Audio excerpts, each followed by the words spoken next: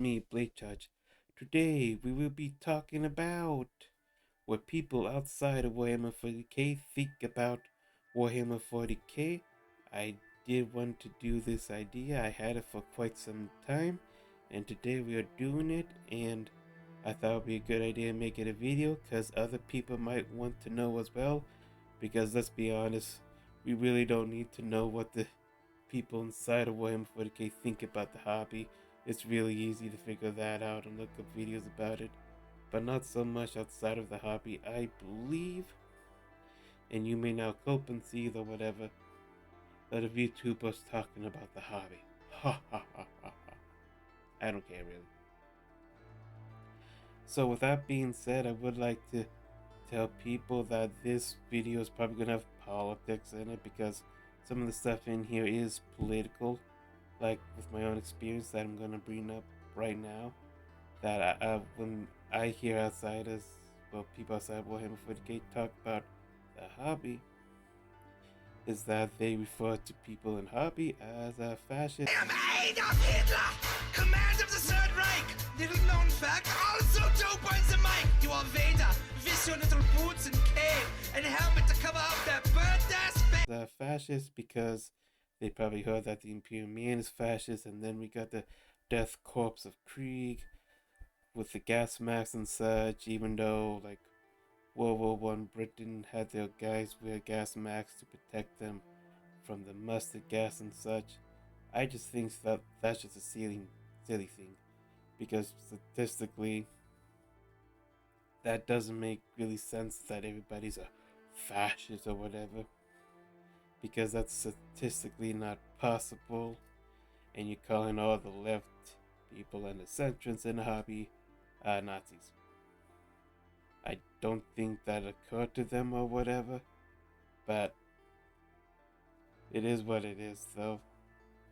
I don't think they have the problem of telling the difference between fiction and reality, but I bet a certain video saying that if you play anything Nazi or whatever, like on a World War II shooter game, that it makes you one.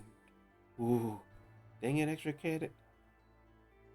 Alright, so let's get into the responses. Again, I asked multiple Discord servers, got permission to ask them this. Everybody is anonymous. Let's go. As someone who has passively experienced Warhammer 40k from the outside, I wouldn't say the community is bad or the reputation is bad. 40k enthusiasts are rather eager to welcome newcomers from what I've seen. That said, the 40k community is passionate. They are high energy and take it with a certain level of seriousness that I feel that might be a bit intimidating for those outside. Yeah, that is pretty much it.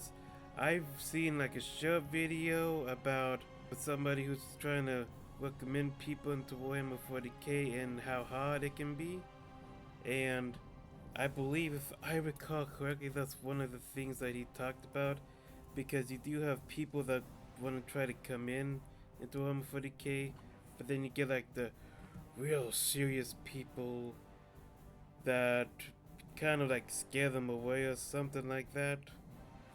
So that can scare off newcomers. Other than, Games Workshop, the prices, the overprotectiveness of their IP. I mean, protecting your IP is a good thing, but they overdo it, and other things as well. There are also people who prefer not to have newcomers into the hobby, but as you might be aware, Warhammer 40k is getting more popular, and because of that, more and more people are coming in to the hobby. Next question.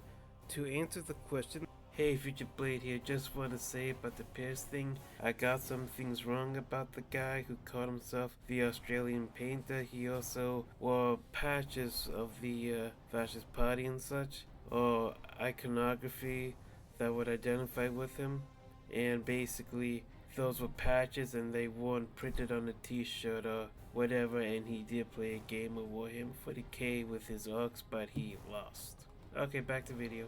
I have seen some Andronida reports of alt-right affiliation with the property, particularly the incident in Spain, but I acknowledge the majority of the community probably isn't like that and might be a system of excessive online behavior. Yeah, for the Spain thing, basically, I forget when, I think like 2020, 2021, I think, something like that. There was an incident where a person dressing up as like has like a Nazi sword and like fascist type of accessories and whatnot went into a tournament and nobody wanted to play him because of that.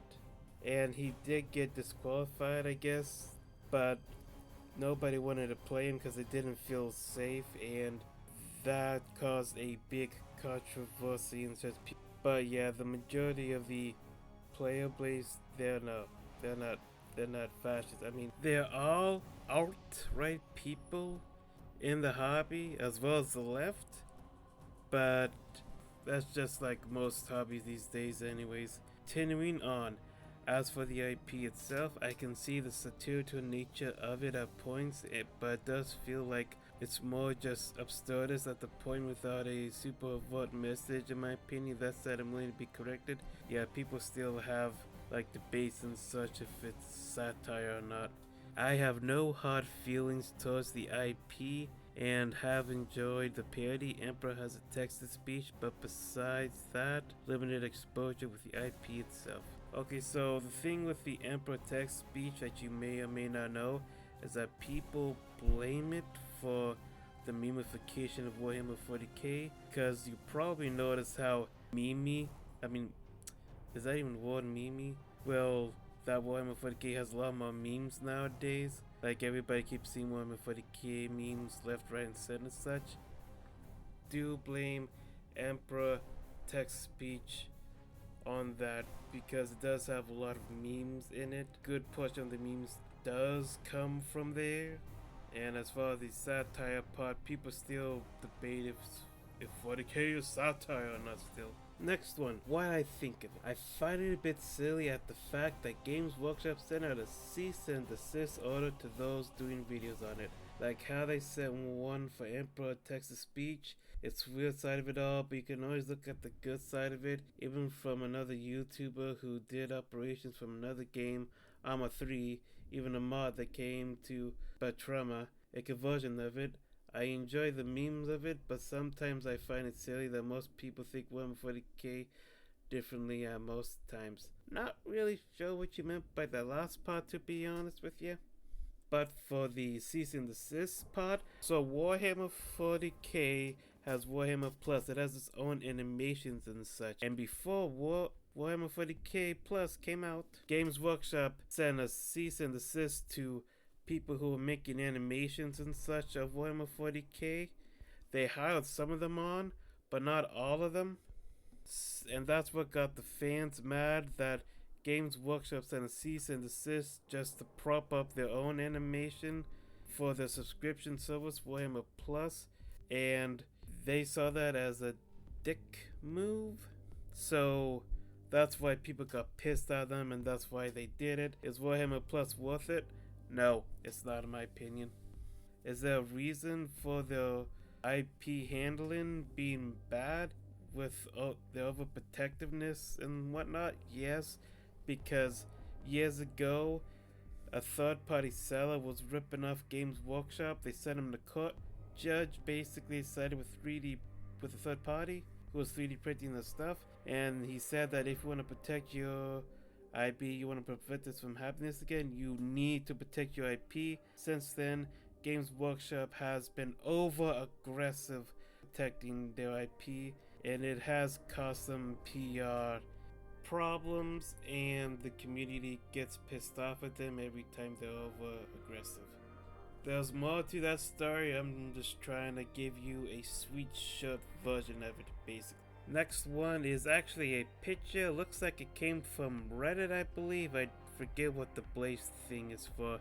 So it says there are two kinds of 40k books: Spaceman Shoot Bad Guy with Big Gun, and Meditations on the Dehumanizing Nature of War and the Futility of Mutual Kindness in the Face of Suffocating Oppression and Prejudice by Arkazaneth the Chad Flinter. I I think he's trying to say that it's oversaturated. It's way too much saturated. That's what I'm getting from this. I think that's what they mean by this picture. I believe that it's 40K is heavily oversaturated.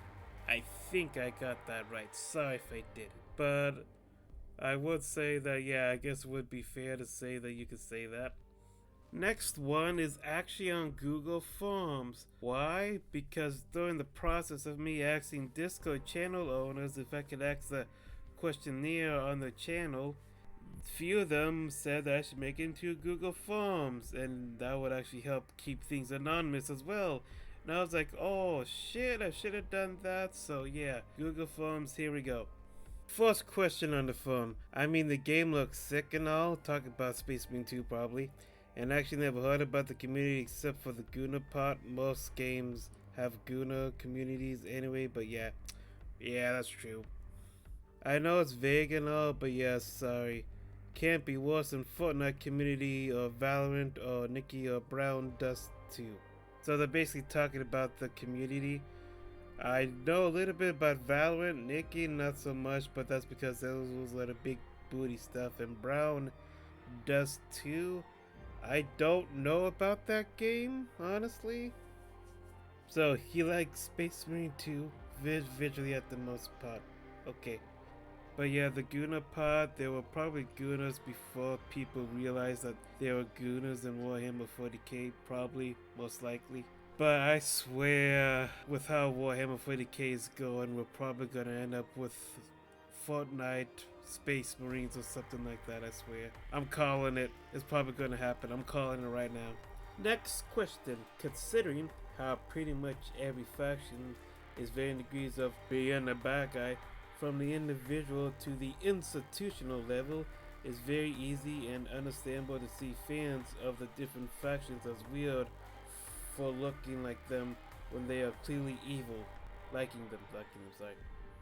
I feel that the average person going into the city wants to put who they see as the good guys as a whole, but I feel they're missing the point of the Warhammer setting in general. 40k is essentially a very cynical setting where pretty much every bad type of government and historical event in history is taken to 11 and every faction takes a part of that into the law.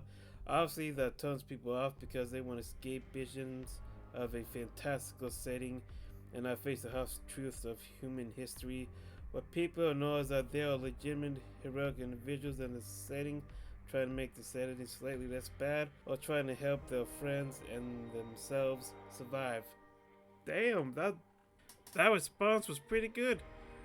Yeah, that's the main selling point of Warhammer 40k, and that's why people from all the way from 1st edition to 10th edition, which is the edition we're in right now at the time of this video, the main selling point is that there are no good guys. Individuals, yeah, but guys, factions, no, it's meant to be dark. You get to play as the bad guy and everybody else is a bad guy. And no, the Tau and the Leagues of Votann and the Salamanders are not good guys. They all got some sort of messed up stuff one way or another. Sorry, but it's how it is. It's just various degrees of evilness. Not really a non-40k person, but I'm kind of what people call a normie on Warhammer. I do play the video games, and I know what it is, though, but I think 40k is a great hobby for people to paint and enjoy. It's expensive and might have some controversial topics in it, but it's nothing we don't already see and experience in modern movies and video games, so I don't think 40k is bad at all. I have some friends who enjoy the hobby and understand its grim dark universe, so not everything's going to be sunshine and lollipops. I really never really heard that combination before, honestly. It's always sunshine and rainbows. Anyways, and to finish it off, and help others to understand this too. No, that's really nice. But yeah, it does have those problems, does have controversial stuff in it, undeniably so. Grim dark stuff. It lost its grim darkness when the hobby, the IP started to get more modern. I know those people who are against that say that no, it hasn't. And that's their opinion. It's my opinion that it has. I'm not invalidating the opinion or anything like that. Next question, number 7. I don't know what 40k is, but I hope it gets better.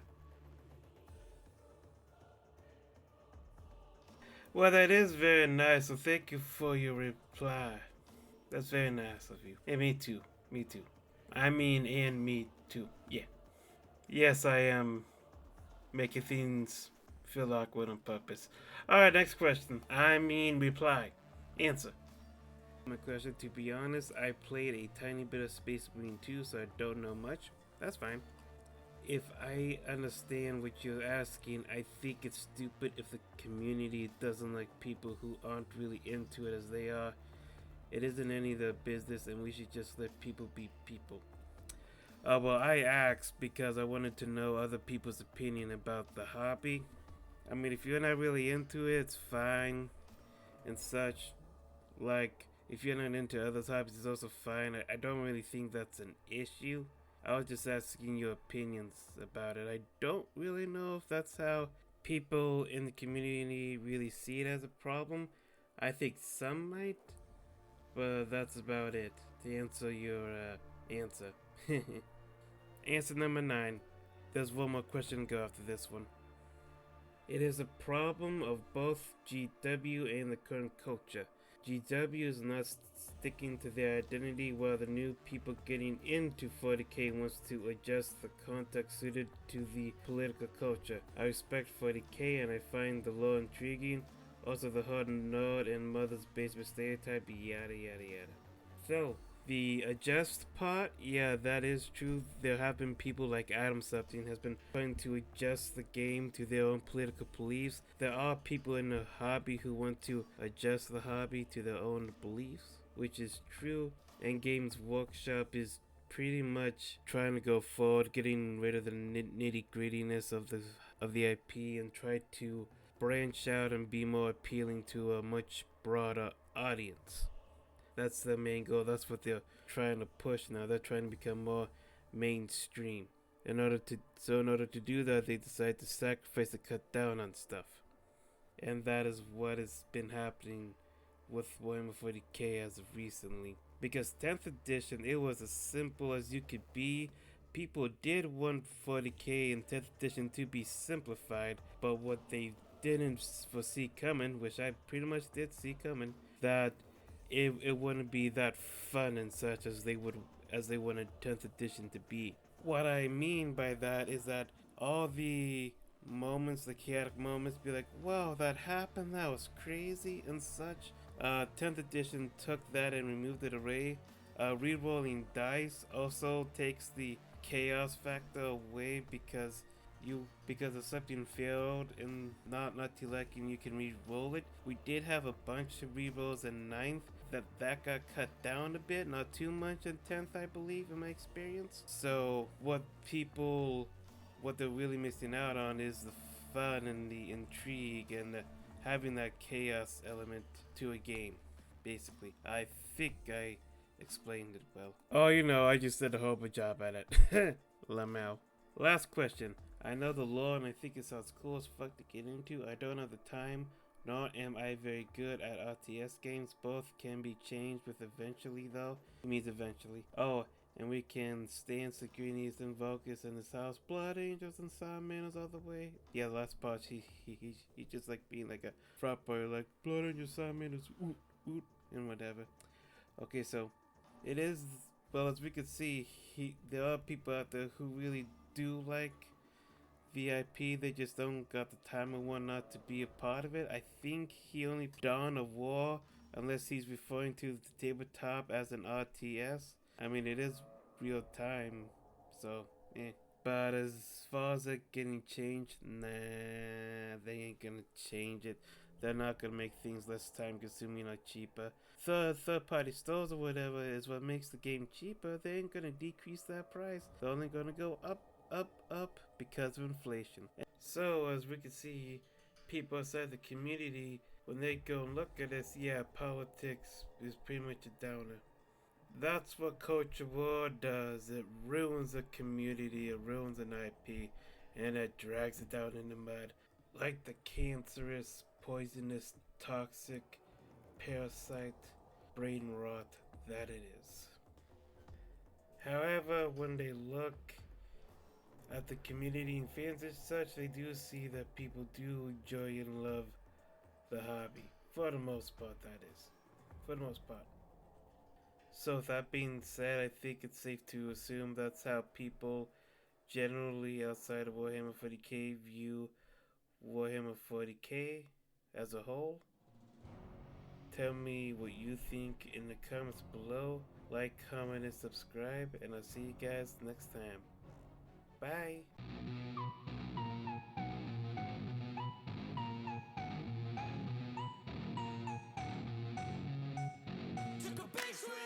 So best friends got each other's back. We used to cruise around with a bass to the max. Everyone in school while I was in the lab, cooking up some beats that would turn into tracks. High school chillin', I was on a mission. I had bigger dreams of being a musician. Teachers always talked but I couldn't seem to listen. I lived in a fantasy land, they called it fiction.